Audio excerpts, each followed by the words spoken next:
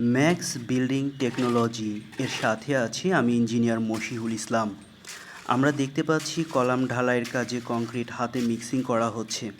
এখানে যেভাবে কংক্রিটের উপাদানসমূহকে মিক্সিং করা হচ্ছে তাতে কংক্রিটের গুণগত মান কম আসে। তবে একই কাজ যদি মিক্সচার মেশিনে করা হয় সেক্ষেত্রে কংক্রিটের গুণগত মান বা কম্প্রেসিভ স্ট্রেংথ বেশি পাওয়া যায়, যা কলামের জন্য তথা পুরো বিল্ডিংয়ের জন্য খুবই গুরুত্বপূর্ণ। আমাদের দেশে ছাদ ঢালাইয়ের কাজকে বেশি গুরুত্ব দেওয়া হয়। কলাম ঢালাইকে অল্প কংক্রিটের ছোট কাজ মনে করে অনেক সময় হেডমিস্ত্রি, ঠিকাদার, এমনকি ইঞ্জিনিয়ার পর্যন্ত এই কাজে সময় দেন না। সেখানে সাধারণ লেবার মিস্ত্রি মিক্সচার মেশিন ছাড়া হাতে মিক্সিং করে কংক্রিট তৈরি করে। কলাম কলামের ফর্মাতে মশলা ঢেলে ভাইব্রেটর মেশিন ব্যবহার না করে বাঁশ লাঠি দিয়ে কম্প্যাক্ট করে।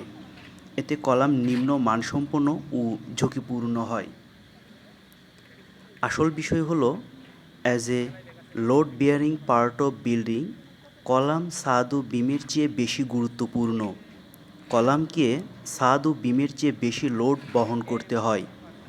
তাই বিল্ডিংয়ের কলামের কাজ সর্বোচ্চ কোয়ালিটি মেনটেন করে সম্পন্ন করুন।